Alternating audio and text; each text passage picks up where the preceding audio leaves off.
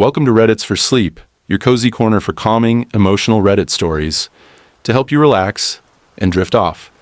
If this video brings you peace, take a second to gently tap the like button. It helps more sleepy souls find us. And if you enjoy these slow, soothing stories, subscribe so you can fall asleep with us every night. Now, settle in and let the first story take you away. Story 1. The last time I shoveled his driveway. There's something about fresh snow that makes everything feel a little softer, quieter, like the world is holding its breath. I remember the night it all started. The air was thick with that sharp winter stillness, the kind that clings to your jacket and numbs your fingers through the gloves. My driveway, like everyone else's in our upstate New York suburb, was buried beneath 6 inches of powdery white. I had just finished clearing my own when I saw the lights flicker on across the street. That old colonial-style house with the cracked white shutters and permanently leaning mailbox belonged to Mr. McMillan, a man who could best be described as a leftover from a less friendly time.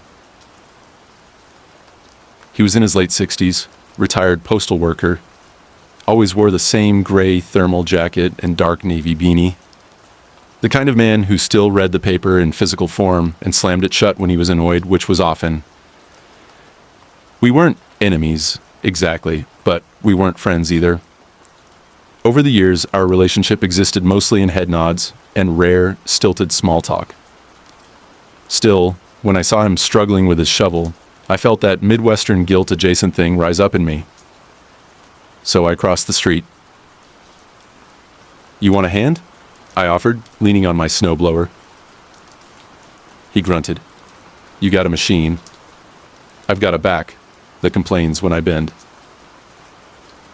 "Say no more," I said, already angling the blower into his driveway. It took me 15 minutes. He didn't say thank you, just nodded, but I didn't mind. It felt like the neighborly thing to do, and so began the routine. Every time it snowed, I'd clear my driveway. Then his. No one asked me to. He never expected it. Not that he said, but I kept doing it anyway. Maybe it was habit. Maybe it was kindness. Maybe it was a little of both. After the 4th or 5th time, he started waving at me when I came outside. After the 10th, he started shuffling over with a thermos of coffee. No cream, just bitter, burnt black. He'd pour me a cup, and we'd stand there in the driveway, steam curling up into the air as we sipped in silence. "I used to do it all myself," he said once. "Didn't even own a blower, just grit and a good shovel." "You've earned the break," I replied. He didn't smile, but his shoulders softened. One morning, mid-January, he told me about his wife, Mary. She'd passed 2 winters ago, cancer, fast-moving. Said he didn't like talking about it, but the snow made him miss her more. Said she used to make the best hot chocolate, real marshmallows and all. He paused. "Now, I just make bitter coffee and talk to the wind." It wasn't poetry, but in that moment, it kind of was. I didn't reply, just nodded and kept blowing snow. The thing about routines is they build trust without words. Over time, his grunts turned into conversations. He told me about his time in the service, about delivering mail in the 70s, before GPS and barcodes. He liked things done a certain way, liked predictability, liked control. I never thought much about that last one until it all shifted. It was mid-February when my snowblower broke down. I hadn't maintained the auger belt properly, and it snapped mid-use. My fault.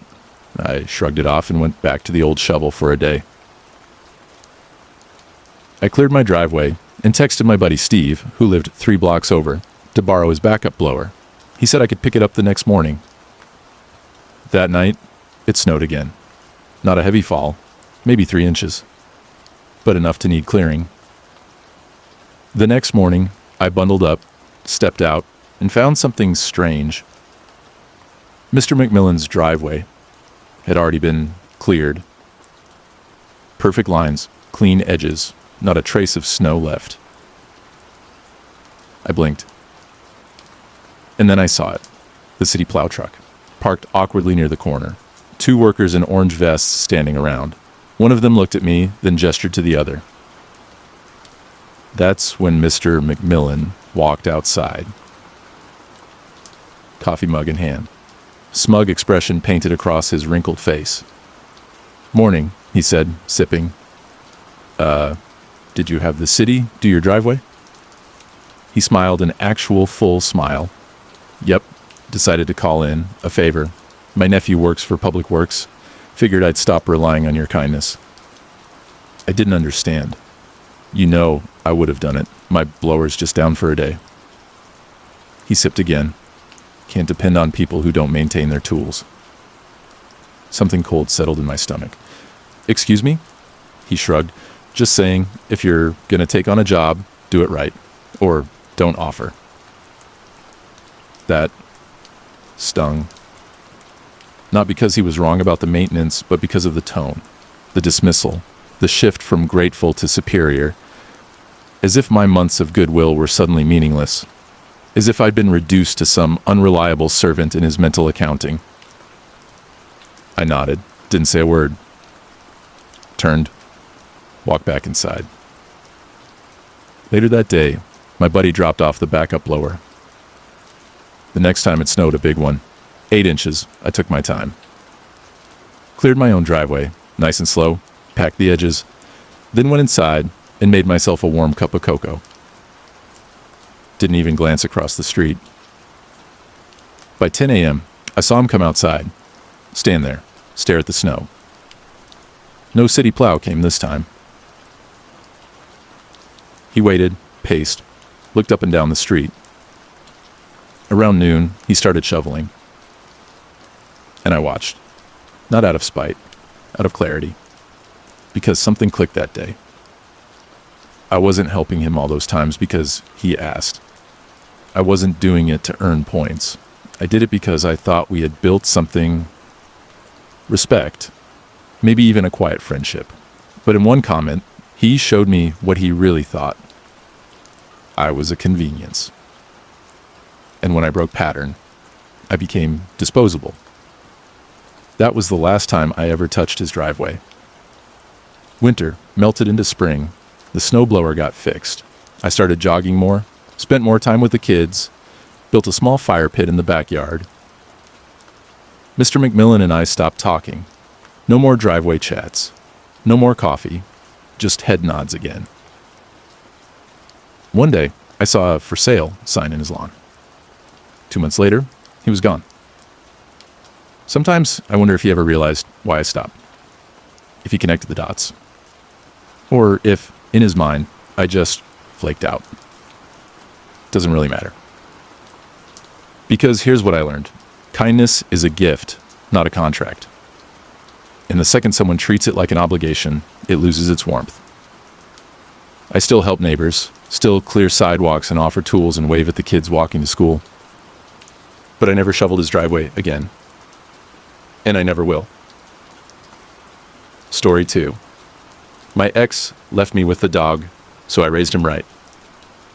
When Marcy left, she took everything but the dog. Literally. The apartment was echoing when I got home from work that day. The bookshelves were stripped, the photos gone, even the freaking coffee maker. But there was Max, our German shepherd, sitting in the corner, ears drooping like he knew. He always knew. We'd gotten Max together 2 years into our relationship. At the time, it was supposed to be the next big step. You know how couples either get a pet or start a garden before they try for a kid? Max was our trial run, our "we're serious now" symbol. And he was a good dog. A really good dog. Marcy loved the idea of having a dog. But the responsibility? Not so much. I ended up being the one who took him to the vet, walked him in the snow, cleaned the messes when he got nervous during thunderstorms. She'd swoop in when he was calm and behaved Instagram stories and filtered selfies. But the real work? That was me. Still, when she left, I was surprised she didn't at least try to fight for him. She didn't even leave a note. Just a text. This isn't working. I'm sorry. I'm staying at my sister's for now. You can keep Max. Keep Max. Like he was a toaster or an old hoodie. I stared at that message for longer than I should have. Then I looked at Max. His eyes, that soft golden brown, met mine. He let out a small whimper, just once, and laid his head on the hardwood. That first night alone was rough. Not because I missed her. The signs had been there for months. The distance, the half-hearted apologies, the way she looked past me during dinner like she was already picturing a different life. But because I didn't know how to start over. I was 34. Most of my friends were married or engaged, some even on their second kid. I was in a 2-bedroom apartment with a dog and more silence than I knew what to do with. I didn't sleep much that week. But Max, he stayed close, slept curled up against the bed frame, followed me to the bathroom, sat outside the shower like a sentinel, as if he understood that I wasn't okay. But I was trying. That was the beginning of something I didn't expect. People say pets can save your life. It sounds dramatic until you realize it's not always about pulling you from a burning building or sniffing out disease. Sometimes they save you by giving you a reason to wake up on a Sunday, to take a walk, to talk out loud again when the silence gets too heavy. Max did that for me. Our routines became sacred, morning walks before sunrise, even when my eyes burned from lack of sleep. Evening runs through the park trails near the old train station. He'd pull me faster than I wanted, but I never stopped him. He needed to move. So did I. The apartment started to feel less like a memory box and more like a home again. I moved the furniture around, got rid of the couch we bought on Facebook Marketplace, sold the wall art she insisted on hanging, bought a new coffee maker one I actually liked. Max and I built our rhythm. And then something strange happened. I started smiling again. Not fake smiling, not the kind you paste on at work or when someone asks how you're holding up. Real ones. The kind that sneak up on you when your dog face plants into a pile of leaves, chasing a squirrel. I started cooking, learning new recipes, not because I needed to impress anyone, but because it felt good to feed myself with intention. Max always sat at the edge of the kitchen, ears perked, tail sweeping across the floor in anticipation of a rogue meatball. I started going out again. At first, just walks through the dog-friendly farmers market, then coffee shops, then hikes with coworkers. Max came along, his leash taut with curiosity, sniffing every corner like he was cataloging the world. He made people smile, even the grumpy ones, especially the grumpy ones. I joined a local dog training class not because Max needed it, but because I wanted to understand him better, how he communicated, how I could listen better. Turns out, I learned more about myself than I expected. One of the instructors, an older woman with silver braids and a voice like chamomile tea, said something I'll never forget. Dogs don't need you to be perfect. They need you to be present. That hit me like a whisper in a church. Because for years, I had been chasing perfection. The perfect relationship, the perfect career, the perfect routine. But I was never really present. Not for Marcy, not for myself. Max didn't care if I was divorced, single, or wearing the same hoodie 3 days in a row. He cared if I showed up, if I looked him in the eye, if I meant it when I said, "Good boy." Funny how simple loyalty teaches the deepest lessons. One day, about a year after the breakup, I ran into Marcy again. At the grocery store of all places. She looked different. Shorter hair, new coat, thinner maybe. Tired. We made awkward small talk in front of the apples. "How's Max?" she asked. "He's doing great," I said. "Thriving, actually." She smiled a little, but it didn't reach her eyes. "That's good. I miss him sometimes." I nodded. He's still the same. Sleeps next to the bed, Eats too fast. Chases pigeons like they owe him money. She laughed, short and nostalgic. Then silence. I didn't leave because of you, she said suddenly. I mean, not just you. I didn't know who I was anymore. I get it, I said. And I meant it. I didn't feel anger anymore. Just a faint kind of gratitude, like someone who survived a storm and realized their foundation was stronger than they thought. We didn't exchange numbers. Just a nod. A quiet goodbye. That night, Max curled up beside me while I read. He'd been doing that more lately. Calm, settled, like he knew we were both okay now. I looked at him and smiled. Thanks for sticking around, buddy. He let out a soft breath, closed his eyes. In a world that moves too fast, filled with people who leave without warning, there's something holy about a dog who stays. And no matter what comes next, new job, new apartment, maybe even new love, I know Max will be there. Not just because he has to, but because he wants to. Story 3. The Christmas we locked my stepfather out. Some Christmas memories sparkle. Twinkling lights, warm fireplaces, the smell of cinnamons and pine. Others stick with you for entirely different reasons. The Christmas we locked my stepfather out of the house is one I'll never forget. Not because it was joyful, but because it was the year my mom finally stopped pretending. The year peace came, not with gifts, but with silence. I was 27 at the time, home in Connecticut for the holidays, after taking time off from my job in Portland. My younger brother, Derek, had flown in from Denver, where he was working through a grueling residency program. We hadn't seen each other in almost a year. We were excited mostly to see Mom. She was the glue that held everything together, even when the cracks were showing. And my stepfather, Ron, was the crack. He wasn't physically abusive, never laid a hand, but he had a way of draining the air from any room. Think of a man with a mouthful of venom and a tongue that delighted in casual cruelty. He nitpicked everything. Our careers weren't impressive enough. Our clothes were sloppy. Our lives directionless. Every conversation was a performance, and he was the judge scoring you on how little you inconvenienced him. He'd been with my mom for 9 years by then. They married when I was 18, just as I moved out for college. Derek still lived at home during that time and bore the brunt of Ron's passive-aggressive jabs. We'd both tried, over the years, to bring it up to Mom. But love makes people blind, or maybe tired. I just want peace, she'd say. It's easier to ignore him. But you can only ignore a leaking pipe for so long before the floor rots beneath your feet. That Christmas, the first red flag showed up before we even unpacked.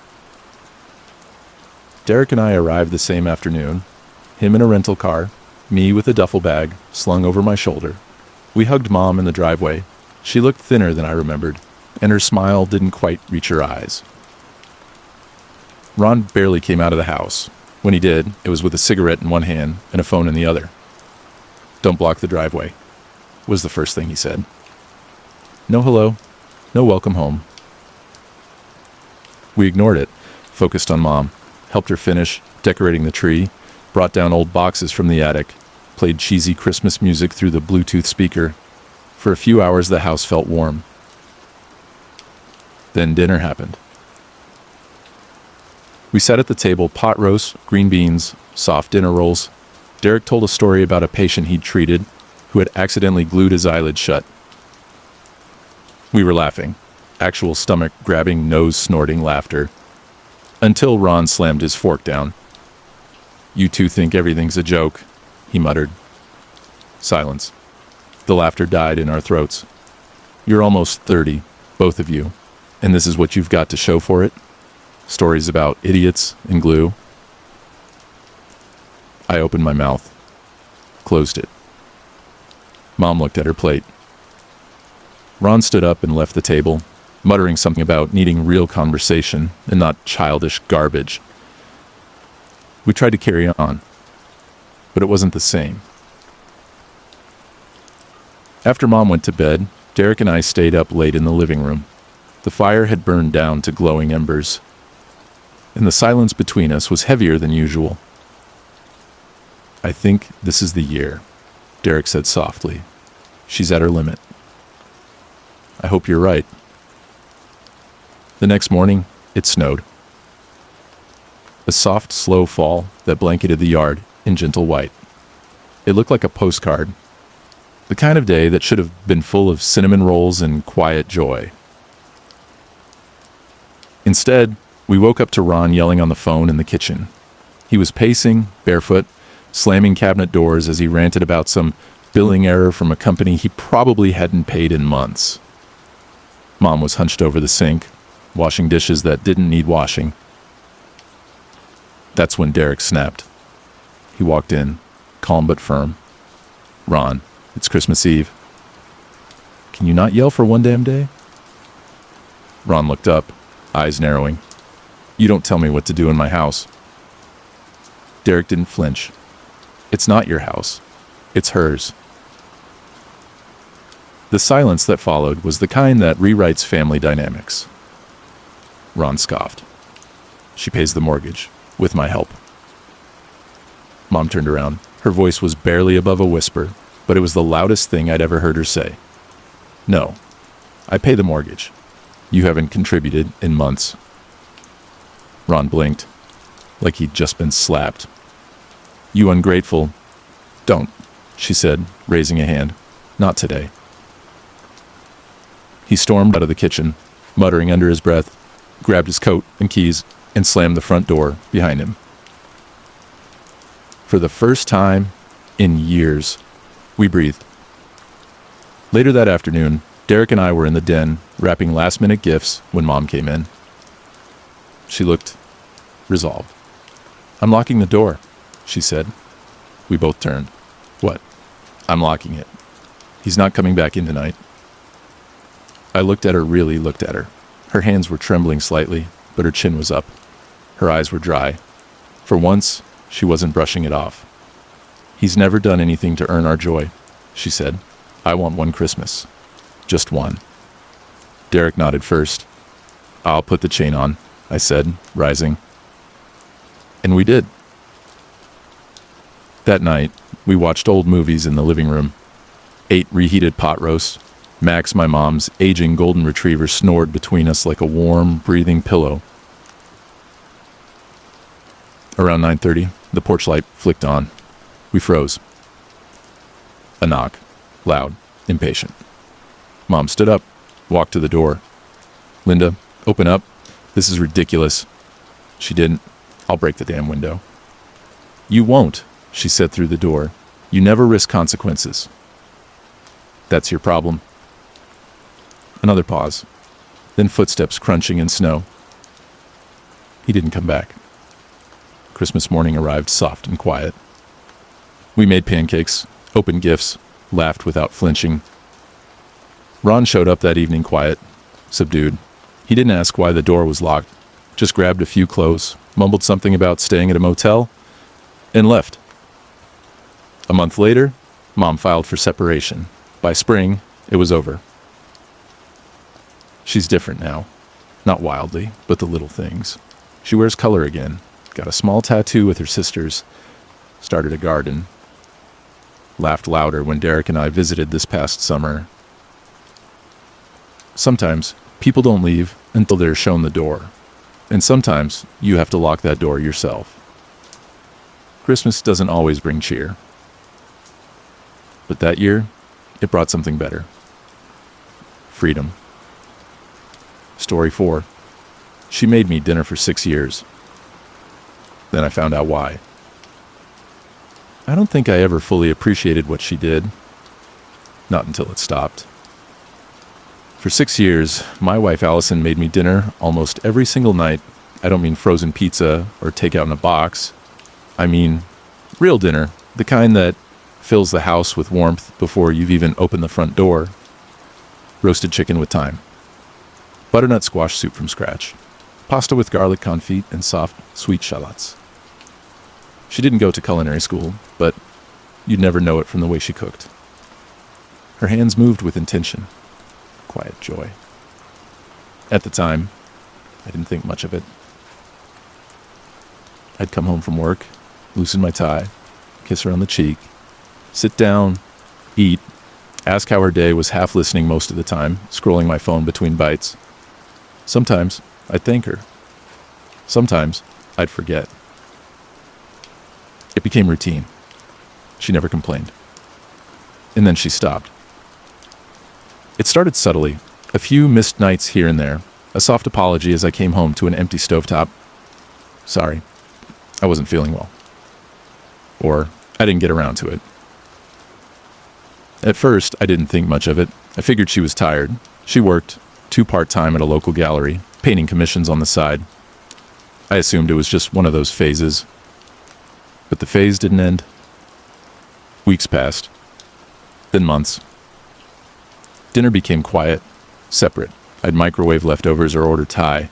She'd pick at something in the other room. We started eating at different times, watching different shows, going to bed at different hours. I noticed the shift, but I didn't ask. Because asking meant I might hear something I didn't want to. Looking back, I think that's the part that haunts me most. Then, one evening, rainy, soft, late March, I came home to find her sitting in the kitchen. Not cooking, just sitting. A single glass of wine in front of her, untouched. She looked up as I walked in, and something in her face made me stop. "Can we talk?" she said. The words hit me like cold water. She didn't raise her voice, didn't accuse, just laid it out. "I used to cook for you every night," she said, not because I had to, not because it was expected, but because it was how I loved you. I sat down, quiet. She continued. "I wanted you to feel cared for. I wanted to give you something every day, something I made with my own hands. And you barely noticed." I opened my mouth, but she raised a hand. "I'm not saying this to guilt you. I'm saying it because I need to stop pretending." She looked out the window. The rain traced soft lines across the glass.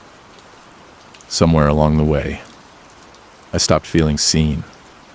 I don't even think you realize how many times I sat at that stove, wondering if you'd notice what I made, if you'd even ask what it was before taking a bite. I swallowed hard. "It became a performance," she said. "Not an act of love, just a habit." And I was tired.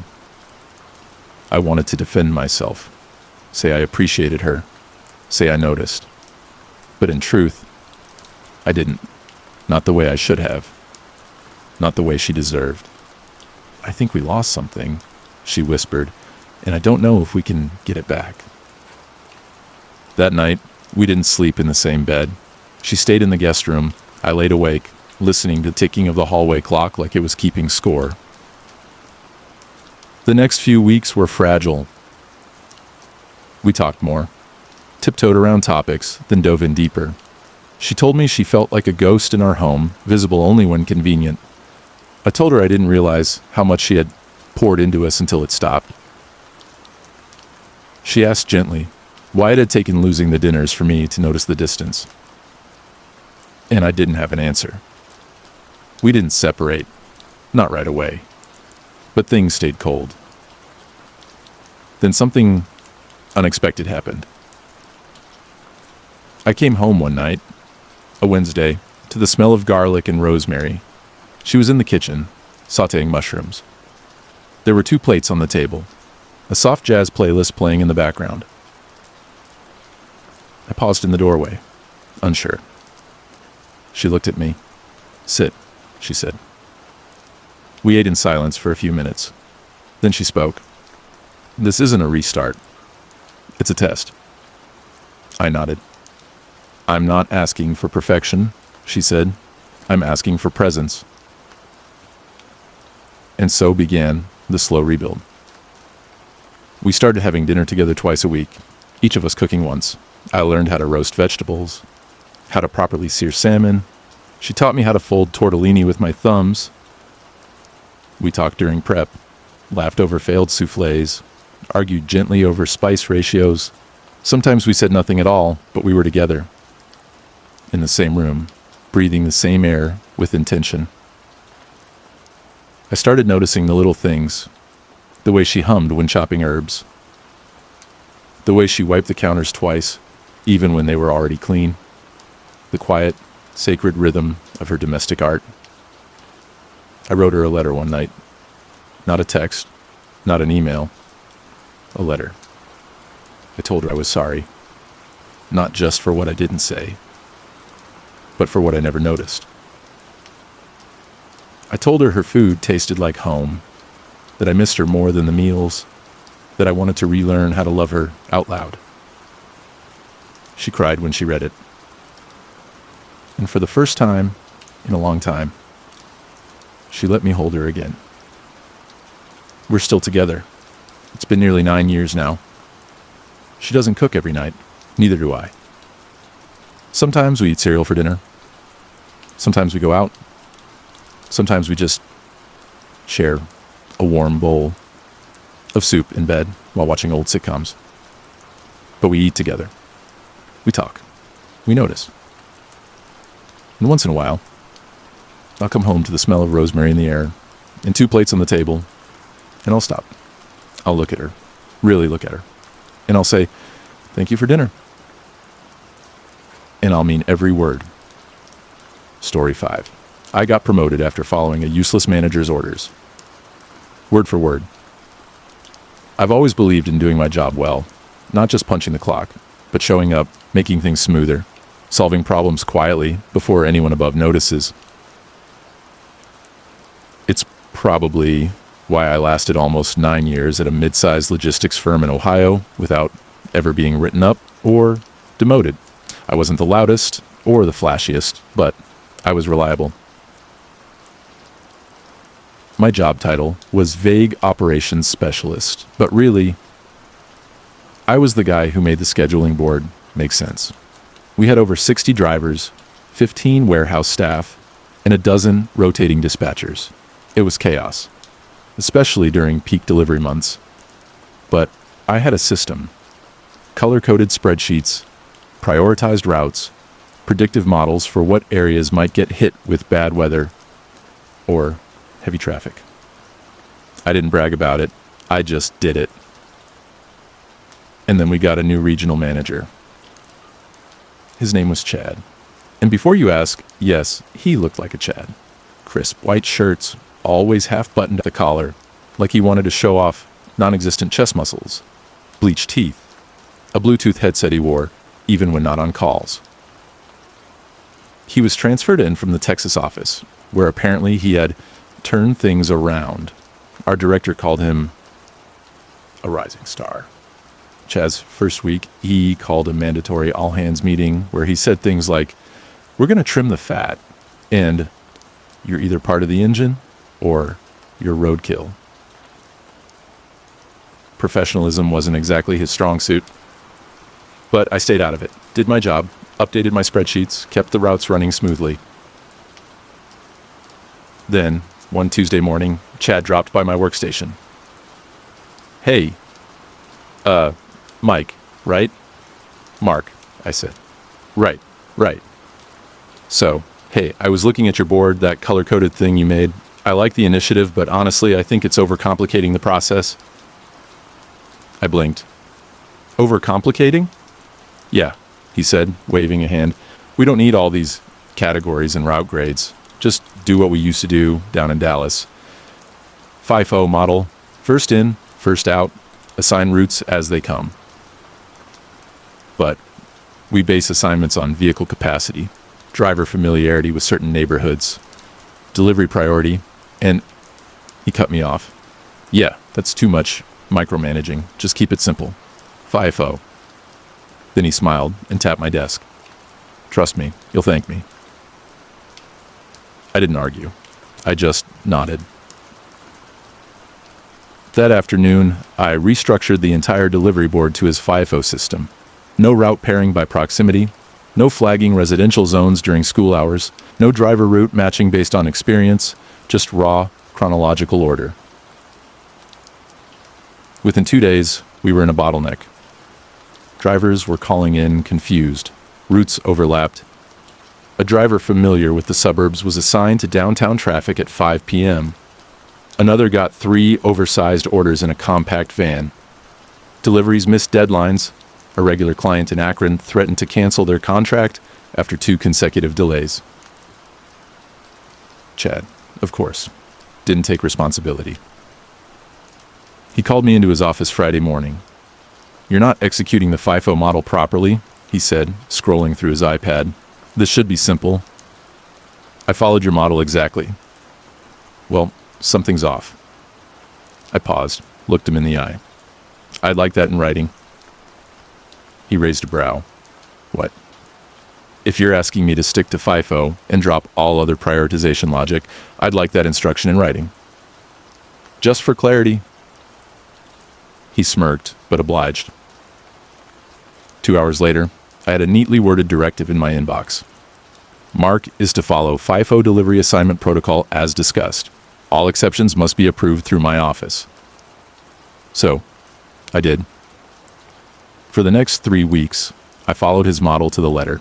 If an order came in at 9:01 a.m., it was assigned before the 9:03 a.m. delivery, even if it meant sending 2 trucks into the same block within an hour. I stopped flagging weather risks. I stopped pairing drivers with known clients. I sent a driver in a pickup to handle a load of boxed furniture per FIFO. I saved every complaint, every email, every rescheduling fee. Then came the quarterly review. The regional director flew in from HQ. He was a no-nonsense guy named Leonard, late 50s, suit always slightly wrinkled like he'd been living out of a suitcase for a decade. Leonard pulled Chad, me, and the warehouse supervisor into a conference room. He started reading off numbers. Route inefficiency was up 18%. Delivery punctuality was down 22%. Client complaints had doubled. Leonard looked at Chad. "You said this branch was underperforming due to inconsistent internal processes. You said your model would clean that up." Chad launched into a smooth-worded explanation about transitional periods, legacy inefficiencies, and staff reluctance to adapt. Leonard turned to me. "Mark, walk me through your process." I reached into my folder and pulled out the printed directive Chad had emailed me. "This is the policy I was instructed to follow. FIFO only assignment, with no exceptions unless cleared through Chad's office." Leonard read it, then looked at Chad. "You signed off on this?" Chad hesitated. Well, yes, but I didn't mean he couldn't use discretion. He's twisting the instruction." I pulled out the call logs and emails. I requested clarification twice, no response. I was told to stop overthinking it. Leonard stared at him. "So you implemented a system without fully understanding the existing infrastructure?" Chad went red. I was streamlining. Leonard closed the folder. "You were oversimplifying a nuanced operation." The meeting ended 20 minutes later. Chad was transferred quietly to another region. Last I heard, he's in charge of a much smaller branch out in rural Idaho.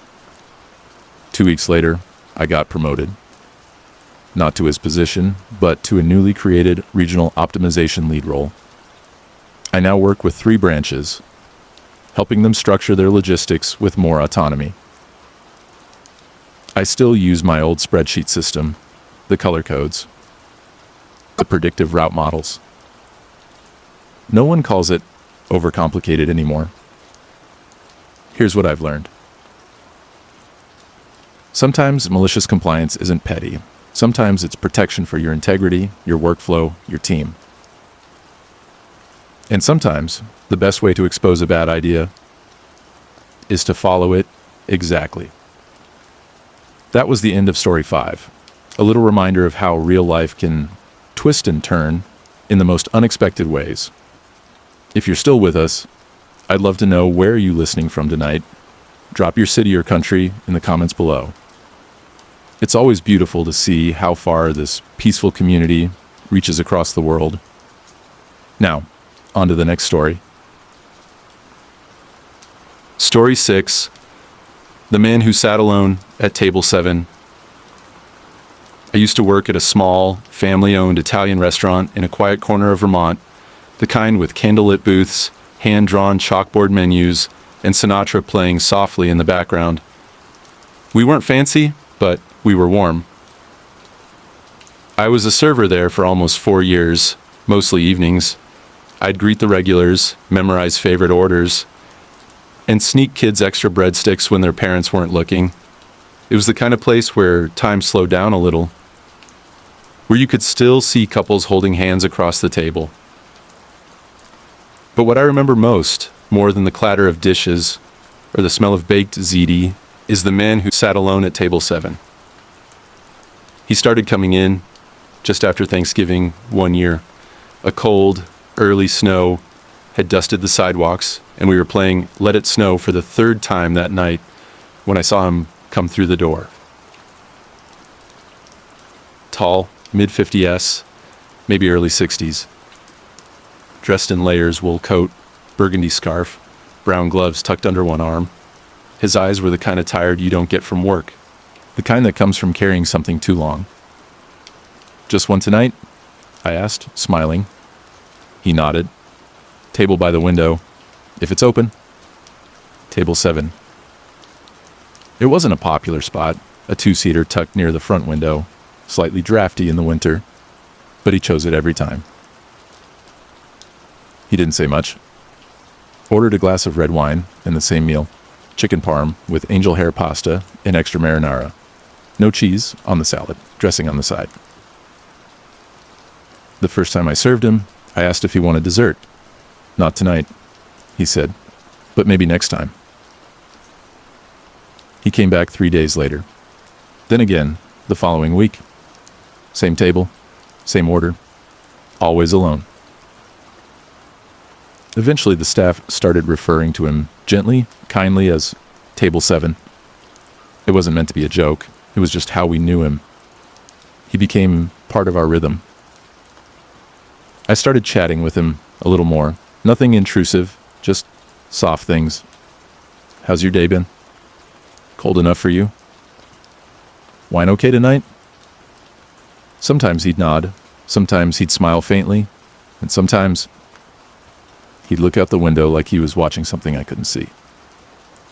Then, one night, maybe 6 weeks after he first started coming in, I found the courage to ask. "Forgive me if I'm overstepping," I said, pouring his wine. "But I've been wondering, why table 7? He didn't look up right away. Then he said, "My wife loved this table. Always wanted to sit where she could see the snowfall." I froze for a moment, then nodded. "She passed last spring," he added. "Would have been our 32nd anniversary next week." I didn't say anything, just placed the wine down gently, gave him space. After that night, I noticed he lingered a little longer. He'd sip the wine more slowly, sometimes bring a small book. Once, he even showed me a photo, a Polaroid of him and his wife from the early 90s. He had more hair. She had the kind of laugh you could hear through a picture. Her name was Helen. She loved Christmas, he said once. Even made me hang mistletoe over the kitchen sink. Said it was the most honest place in the house. He chuckled softly. "She'd love that you all play Sinatra here. She always said he sounded like warm bread."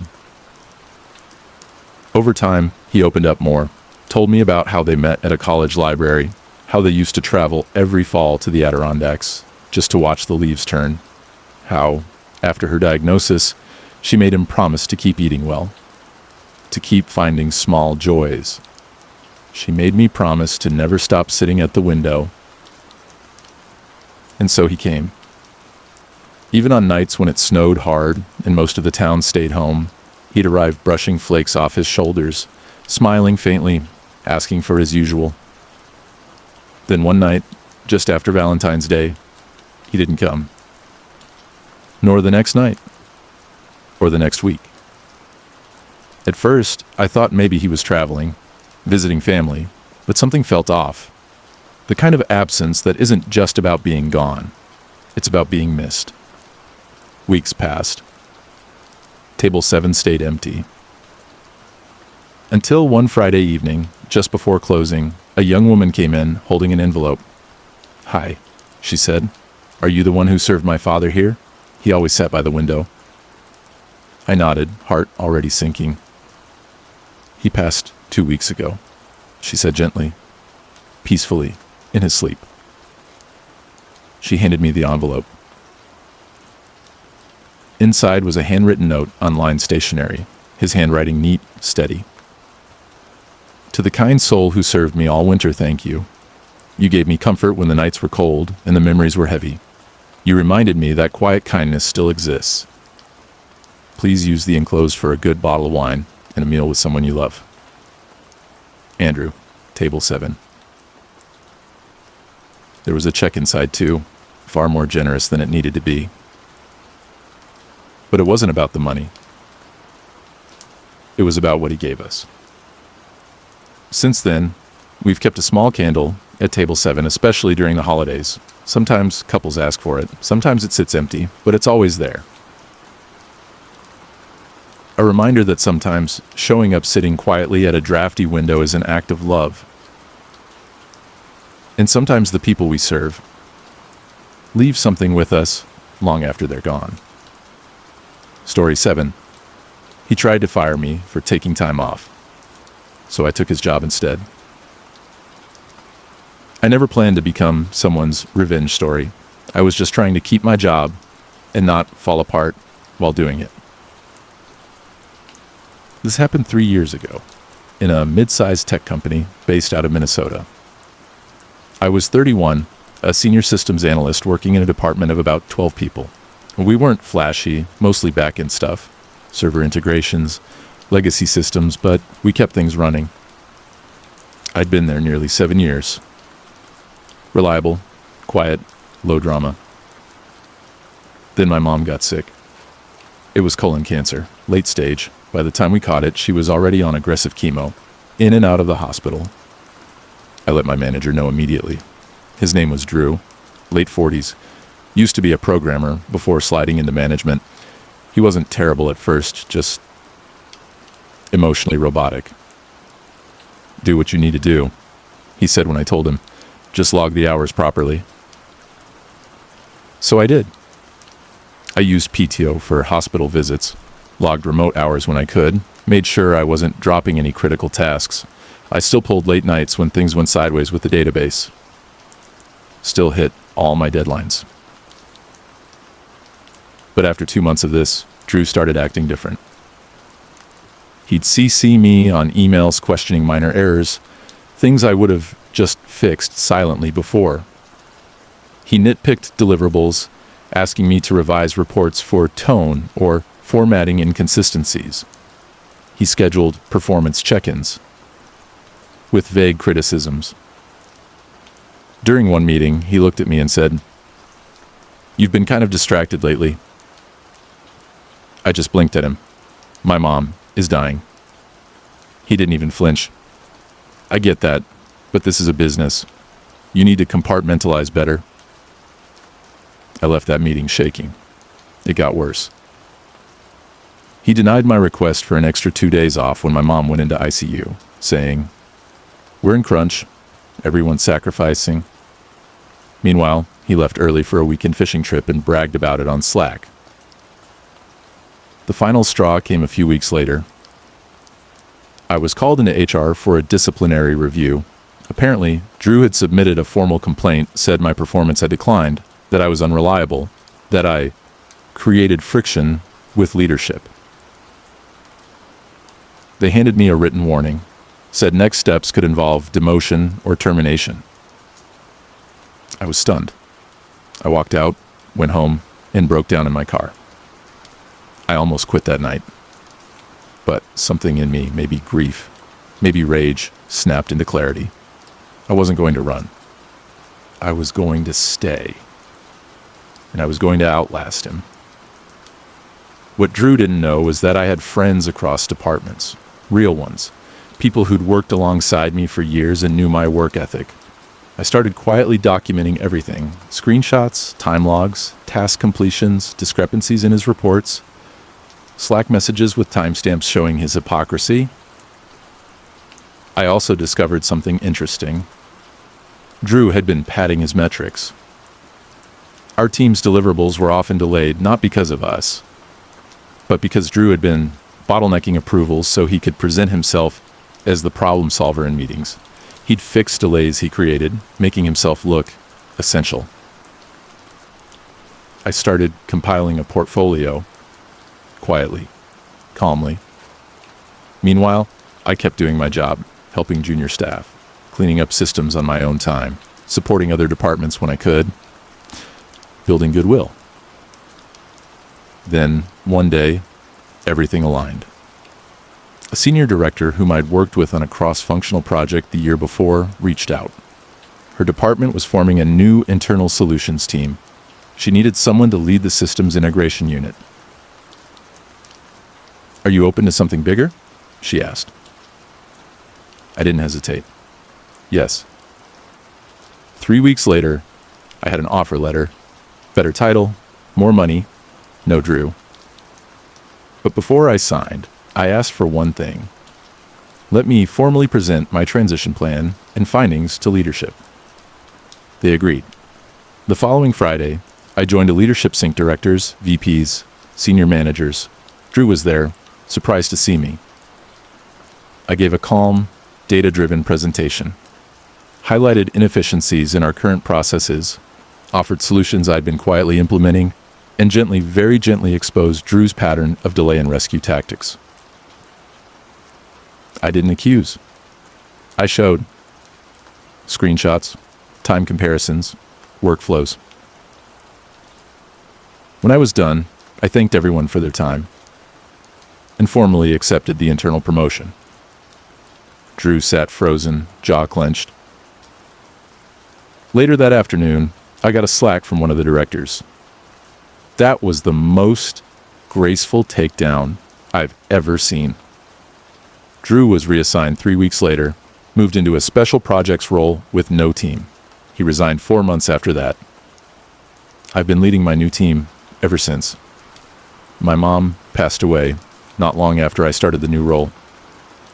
But before she died, I told her what happened. She smiled, weak but proud. "You didn't stoop," she whispered. "You rose."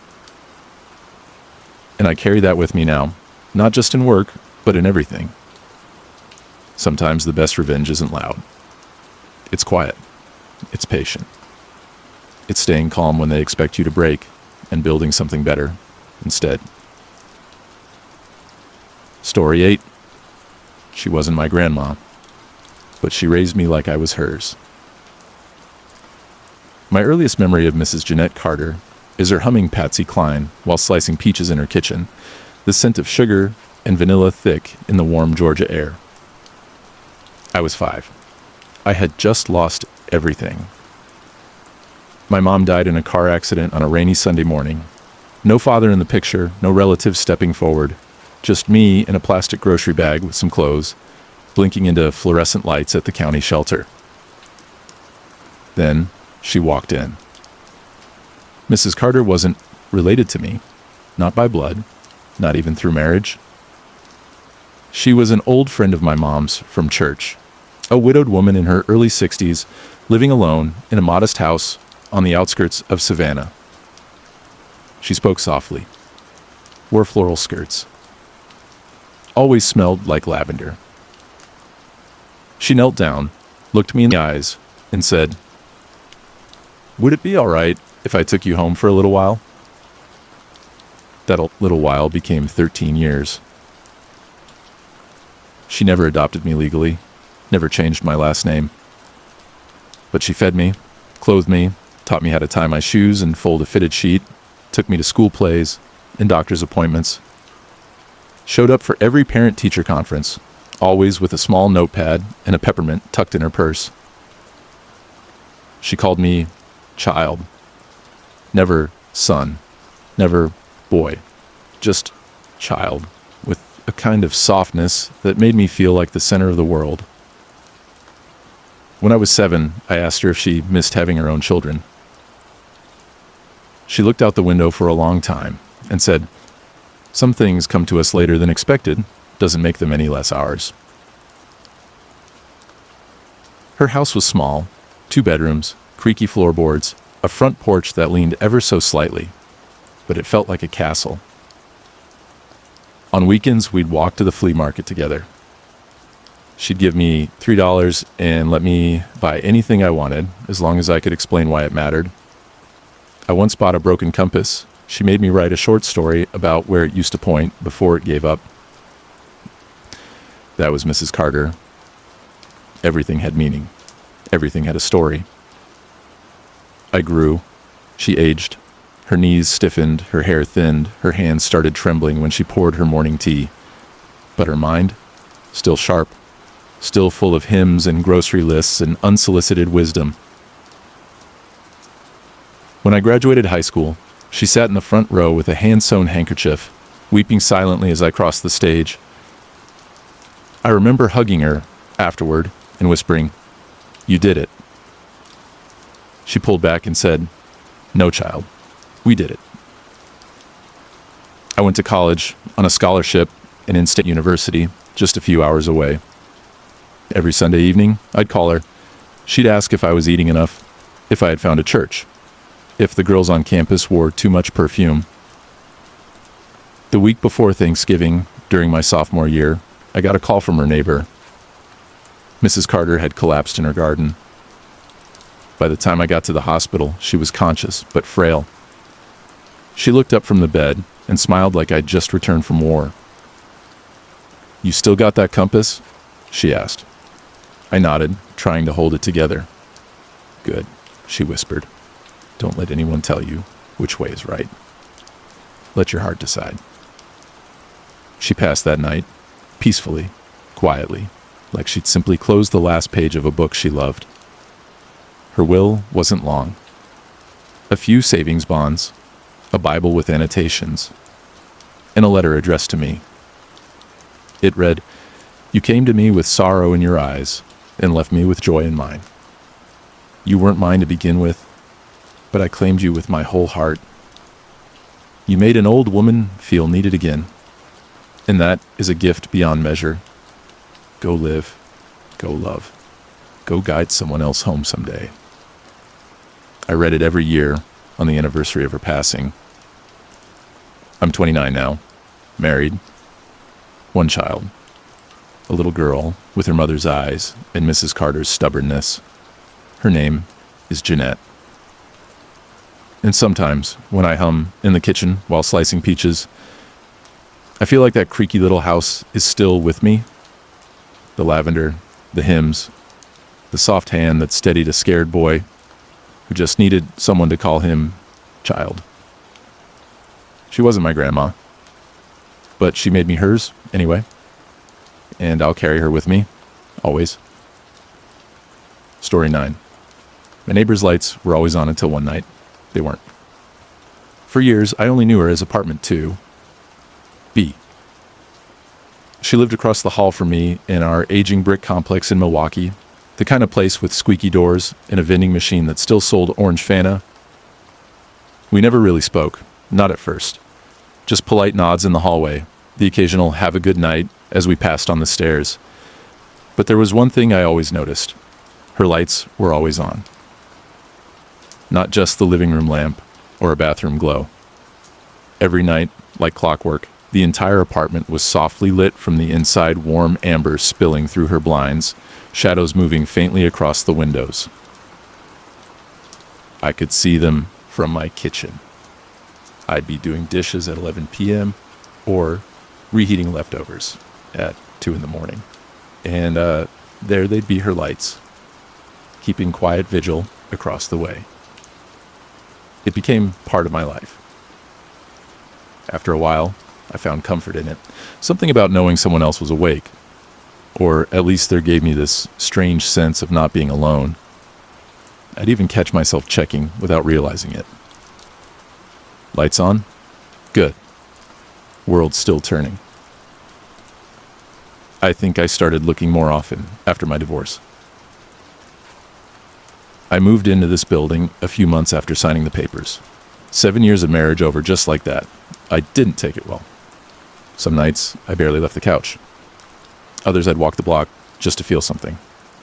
But no matter what, I'd come back, glance at her windows, and exhale. The lights were always there.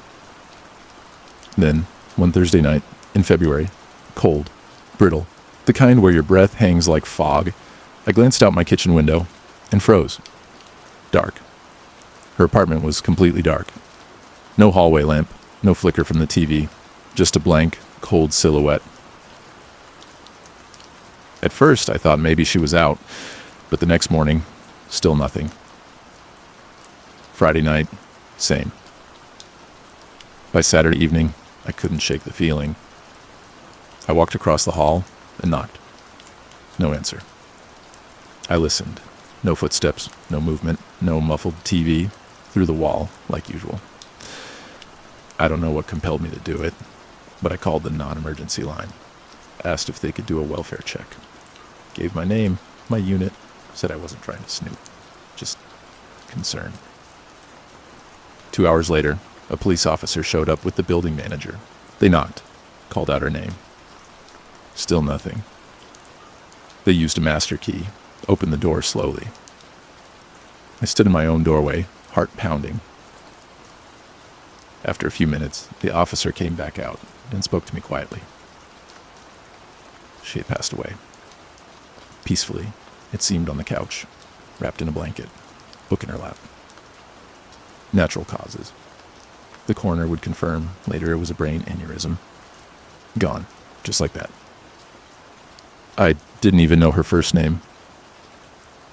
The following days were strange. Her family came to collect things. A niece and nephew, maybe in their 20s. They cleared the apartment quickly, boxes, bags, furniture. The lights stayed off the entire time. By the end of the week, the place was empty. Cold. And my apartment felt quieter. I didn't realize how much those lights had meant to me until they were gone. How much I had counted on her presence without ever truly knowing her. She was just there until she wasn't. A few weeks later, I left a small plant outside her door, or what used to be her door. I wasn't sure why. It just felt like something alive needed to be there again. The neighbor asked if I knew her well. I said, not really, but she helped me get through a hard time without ever saying a word. Eventually, someone else moved in. A young guy, friendly, loud, always ordering delivery. He keeps his lights off most of the time. It's not the same. But sometimes, I still glance at that window when I walk into my kitchen. Not because I expect to see her, but because some part of me still wants to say thank you to the woman in 2B for being there, even when she didn't know she was. Story 10. The day I cleaned out my dad's toolbox. The last time I saw my father's hands, they were still stained with engine grease. He'd been gone for 3 months by then. Not lost, not missing, just passed. Pancreatic cancer, diagnosed in May, gone by August. He was 67. Not a big talker, not a let's throw a ball around kind of dad. He was a working man, old school, Southern Pennsylvania steel town kind of man. Fixes his own truck, never throws anything out that might still be useful, calls everyone Bud, even if he forgets your name. We weren't close in the way sitcoms sell you on closeness. He didn't hug much. Didn't say, I love you, unless someone was dying, which, as it turns out, was exactly when he finally said it. But he showed up every single time. Flat tire, he'd be there in 20. Broken sink, he'd bring his own wrench, even if I already had one. When I got divorced at 33, he didn't say a word. Just came over with a six-pack, handed me a sandwich, and sat beside me for 2 hours without turning on the TV. That was his love language. Presence without pressure. 3 months after the funeral, my sister and I decided to start cleaning out the garage. We put it off for a while, partly out of grief, partly because the man kept everything. Nails in jars, rubber bands organized by size, coffee cans labeled in black Sharpie, decent screws, odd keys, bike bolts, maybe. His workbench was still dusty from his last project, a wooden stool he never finished. A folded bandana sat beside his worn-out measuring tape. I picked it up, still smelled like motor oil and sweat. And then I saw it. The red metal toolbox. It sat in the corner like a quiet monument, dent on the lid, lock rusted open, stickers peeling off from decades of sun and sawdust. I carried it inside, placed it on the dining table like it deserved reverence. When I opened it, I expected chaos, loose bolts, scattered sockets, mystery parts from projects I'd never understand. But instead, it was organized, meticulously. Wrenches, aligned by size, screwdrivers laid out in foam slots he must have cut himself, a small compartment of washers, arranged by diameter, and the top tray, folded neatly, was a yellow post-it note. Don't toss anything without checking if it still works. I sat down and cried. He had kept everything, but not for sentiment, for utility. And somehow, that made it more personal, because that was Dad. He believed in usefulness, in giving things a second try, in fixing instead of replacing. As I went through each drawer, I found small notes tucked between tools. Next to a pair of pliers. Loose spring, but still good for wire jobs.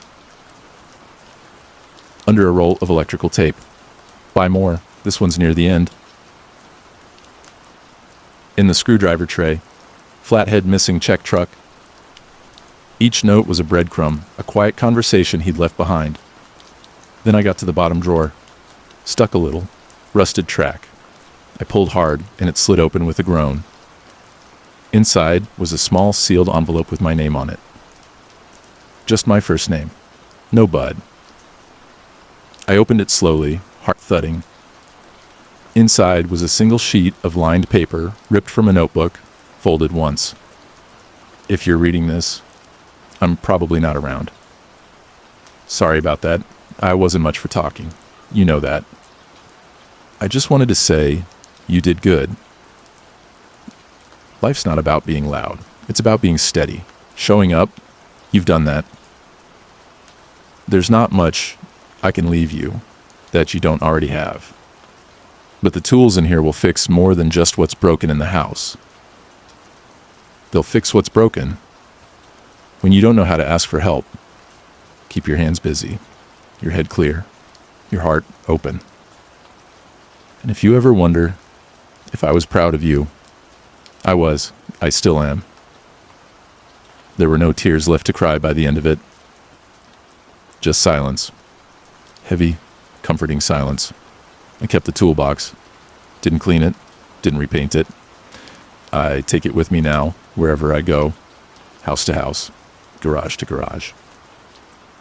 When I work on something, a crooked shelf, a leaky faucet, even just replacing batteries in a kid's toy, I open that box, touch the tools, and feel him. Not in some dramatic, cinematic way. Just present, like he always was. Not perfect, not poetic, but constant. And I think that's what stays with me most. Love doesn't always come with grand gestures. Sometimes it comes in the form of a well-organized toolbox, a folded bandana, a drawer full of spare parts that still work, and a quiet man who left more behind than he ever realized. Thank you for spending this quiet hour with Reddits for sleep.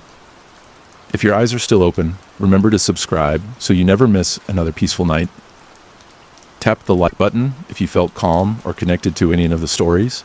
And if one of them really spoke to you, share your thoughts in the comments. I read every single one. Sleep well. We'll be right here whenever you need us.